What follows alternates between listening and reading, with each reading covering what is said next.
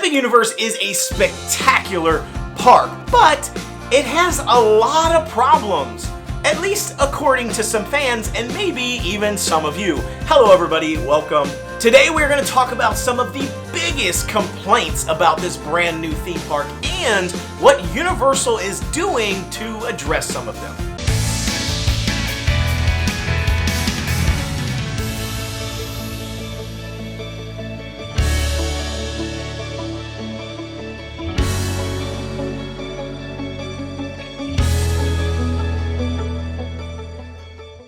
Opening a brand new theme park does not happen very often, and it is an absolutely enormous effort, just monumental task. And of course, ensuring that everything runs smoothly and that all the guests have a phenomenal experience is crucial to the success of the park. And I will say that Universal has done an outstanding job with Epic Universe. Absolutely phenomenal. Not only does it look amazing, but it also has spectacular attractions, elevated food, amazing theming, and of course, outstanding team members that make it all happen. Now, I've been to Epic Universe quite a few times, and though everything hasn't been perfect, I will say, it is still an absolute triumph. However, not all Universal fans agree with me, and some Disney fans aren't quite finding Epic Universe the droids that they're looking for. Though Disney parks and Universal parks are different from each other, it is kind of hard to talk about one without comparing to the other. It just enters your mind. You have the same people that are going to both parks, and so a lot of times we compare one against the other. It's just human nature. Since I do lots of videos on Disney and Universal and Epic Universe, and am probably one of Epic Universe's biggest fans, I get lots of people commenting and sending me their thoughts on this new theme park. And I will say not all of them are positive. There's a lot of negatives that come out. So today I want to talk through Epic Universe's 10 biggest problems based on what I've been seeing from all of you. Before we start on the list, I want to caveat this by saying these may not be problems that I personally agree with.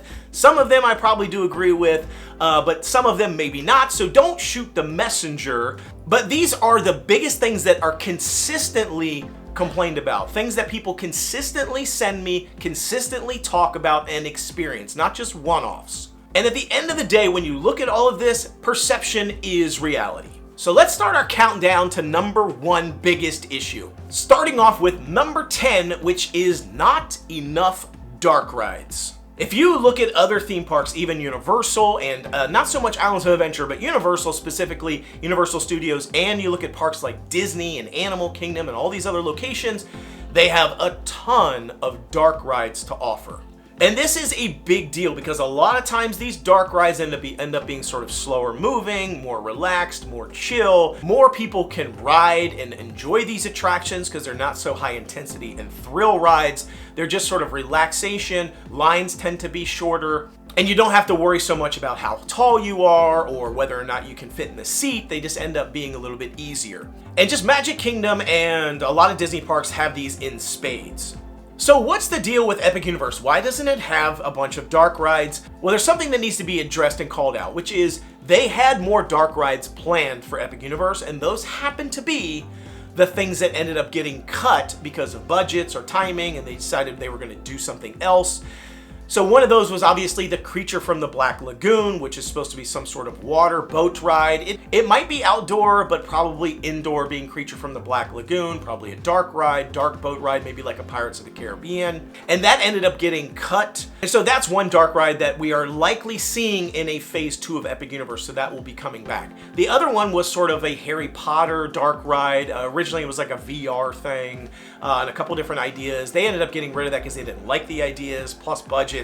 So again, another dark ride, and that second ride that world really needs over there.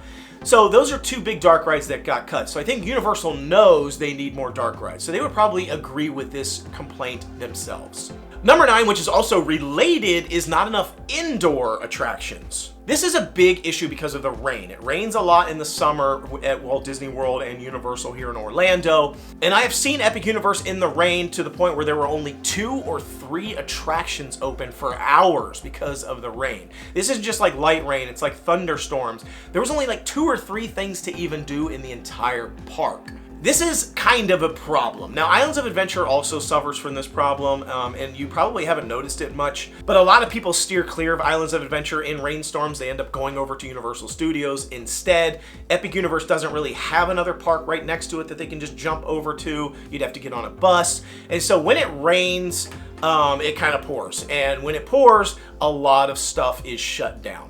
So with the new expansion areas that they're going to be adding, I believe they are going to be focusing on a lot of indoor attractions, dark rides, indoor attractions, things that can beef that up, as well as another thing that we'll talk about in a second. But number 8 on this list I want to talk about is not enough grab and go or true quick service restaurants. This is a really interesting one that I didn't really think about too much until I visited the park and experienced it myself. First of all, there are really not any carts anywhere in any of the areas or even in Celestial Park where it's just kind of like, you know, a hot dog stand or a pretzel and popcorn stand that you can just really quickly run over to, grab a quick, you know, bag of popcorn or a pretzel and go about your way and be moving.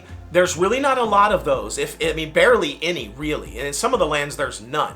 So those quick grab and go don't really exist. The second piece is the quick service. So I believe that the model that they created with this sort of casual quick service is almost like table service without all the overhead of the table service of like having a waiter or waitress coming over and serving you, and then you pay a tip and it's like a long experience. It's more of like a quick in and out, but you still do for the most part have to go to wait in a line, then get into a table. Once you're at your table, you mobile order, and then they bring you your food. And it is kind of a process, meaning you can't just walk into a place like Pizza Moon and say, I want a pepperoni pizza and I'm gonna go on out of here. You can't just walk up and order it and then walk out and then go somewhere and do something else or eat outside, or maybe have you get something from Pizza Moon and somebody else from your party gets something from Toadstool Cafe. You can't really do that because you kind of have to like sit down, and it's a process. There are a couple of places where you can do that, like Spitfire Grill in How to Train Your Dragon, but there aren't enough of those places. So while I do think the quick service model is really great that they have going on at Epic Universe, I kind of realized that like the counter service almost, I'll call it counter service, where you just like walk up and order and then walk away with it, they don't have really a lot of that, and I feel like that's a downside. So I kind of would agree with this issue. The next big one, number 7, is no shade. Man, a lot of people are complaining about the shade. I get it. Look, it's a brand new park, so trees take time to grow. However, you can't really use that as your only excuse, because you look at places like Super Nintendo World, there aren't really trees in Super Nintendo World. There's like 2, I think. And it doesn't really blend in. Like you can't have like a natural tree in Super Nintendo World, which is all like basically feels like you're in a video game. Like you're gonna have to have like a fake tree that blends in. So there really aren't a lot of trees at all in Super Nintendo World. So no amount of time on the earth is going to fix the problem of no shade in Super Nintendo World. There just is no shade, and there won't be any shade no matter how long you wait for trees to grow, because there are no trees. So there is kind of an issue with shade. It doesn't really bother me because I'm from Florida. I love Florida. I live in Orlando. So to me, it's boiling hot and I'm walking around no problem. But for a lot of people, it's an issue. Number 6 on this list is no consistency in early entry or the park opening. This is a big one that people have had a problem with, not knowing what attractions are open early, not knowing what lands are open early because they keep changing. Now it's Super Nintendo World, it's also Dark Universe, it's also Stardust Racers, and they keep changing them, but then one of the lands won't open, and so they'll open up, you know, How to Train Your Dragon earlier. So a lot of people are wasting a lot of time not knowing what's going to be open and then going over there and it being closed. So there is a big consistency problem because it doesn't really show you what's going to be open. They aren't very transparent about it.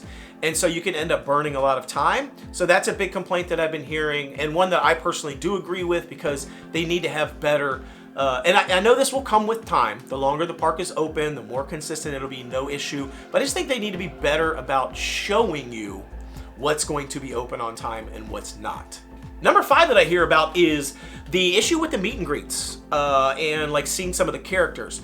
They don't have any like times posted. There's nowhere where it says like Donkey Kong will return at 1 o'clock, right? Or Frankenstein's bride and Frankenstein will be here at this time. There's no real way to know when they'll be out. And so you can sit there, you can literally stand there for like an hour waiting for a character to come around. There's no way to know. I think Disney does actually do a better job with this. They usually have time slots where the characters will be out, unless it's like a meet and greet where, like Toothless, Toothless is always out there, but then he goes back to the back every certain amount of time to cool down and then come back out. But it's basically you're in line and you're waiting, and it's just like any other character meet and greet. So those ones are fine, but I think it's the other ones that people complain about. Number 4, which is the other piece I want to talk about with the dark rides and the indoor rides, is not enough family-friendly rides. And what I mean by this is for very small children. This is one where it's almost impossible not to compare it to Disney World. It is literally night and day difference when it comes to family-friendly for small children attractions versus Universal in general. And I was hopeful that Epic Universe was going to be adding more family-friendly options, and they have, but I still feel like they don't have enough. So let me just illustrate this by showing you Walt Disney World's family-friendly sort of height guidelines. I'm just going to scroll down this list and look at how many of these attractions say any height. They don't say, 32 inches and taller. They don't say 32 inches but with a companion. They literally just say any height can ride this ride. I mean, it's just like one after the other after the other. I mean, they have so many attractions that are for any height, which means they have a lot of small children appropriate attractions. When we look at Epic Universe, they have 2 attractions that support basically any height. That's Fire Drill and Constellation Carousel, which aren't exactly the most amazing attractions in the park. Those are the 2 that I pretty much always skip because 1, I don't like to get wet, and 2, the carousel is fun, but once I've ridden it a couple of times, I don't really need to ride it much more. Even Yoshi's Adventure. Yoshi's Adventure, if you've not ridden this attraction, you'll know what I mean when you ride it. It requires 34 inches and taller. And even from 34 inches to 48 inches, you can't even be on the attraction without a companion that's taller. I don't even know why. Because you couldn't get injured on Yoshi's Adventure if you were actively trying to get injured on Yoshi's Adventure. I mean, the ride barely moves, let's be honest. So when you compare the 2, it's night and day. Like, any height, family-friendly for small children attractions, Disney World is absolutely like crushing Universal and Epic Universe. So that is one of the big complaints that people who are Disney fans and they attempt to go over to Epic Universe, they kind of feel is lacking because they don't have, like, when they have small children, they don't really have a lot for them to do. Number 3, which I think is a big one, is no fireworks or even parades. I think this is a problem at Epic Universe. I was very disappointed in the lack of fireworks grand opening. I did not like that they had this amazing grand opening fireworks for all of the VIPs and social media influencers, and it looked spectacular. I would have loved to have seen it. I didn't even watch the videos because I didn't want to spoil it for myself. And then when all I got was a water show, and albeit a fantastic water show and lights all around Epic Universe, I think that's beautiful. The lack of fireworks is a problem, in my opinion. You need some sort of like magical nighttime spectacular to sort of, cap off the day. You got Magic Kingdom over there with Happily Ever After, absolutely blows everything out of the water. You've got the old Spectro Magic Light Parade and the brand new Light Parade that they're going to be bringing back this summer here in July. Those are fantastic things to see at nighttime. Even Universal Studios with their Mega Movie Parade, which is fantastic, and the sensational water show and fireworks blows away what is going on, what's passing as fireworks or water shows over at Epic Universe. I mean, even their own park, Universal Studios, is over there like, hey, what's up, Epic Universe? We're crushing you when it comes to these nighttime celebrations because they're fantastic. So I think, and I know that they've been trying to get fireworks going. They're trying to figure out, I don't know what the holdup is. I heard there was damage to the water. I heard that from team members during grand opening. There was damages, there was problems. I don't know what the issue is. They should have fixed it by now. I don't know if they just can't afford it. I have no idea why they're not doing fireworks at this point, but it's a big loss. They got to get it fixed. Number 2 on the list, almost to number 1, is the rides being down. I mean, yeah, that's just going to have to happen with a brand new park. I don't know any brand new park that's open where there weren't a lot of issues with attractions being down. I mean, I think back to Tiana's Bayou over at Disney. That was just a re-theme to attraction, and they couldn't get that thing running at all for like months after it was supposed to be open. And that was just one attraction. Now, I will say, to be fair, I gave it a really hard time. Like, I was railing it hard, the fact that they couldn't get this thing open. And I haven't really railed Epic Universe as nearly as hard when their whole park hasn't been running properly.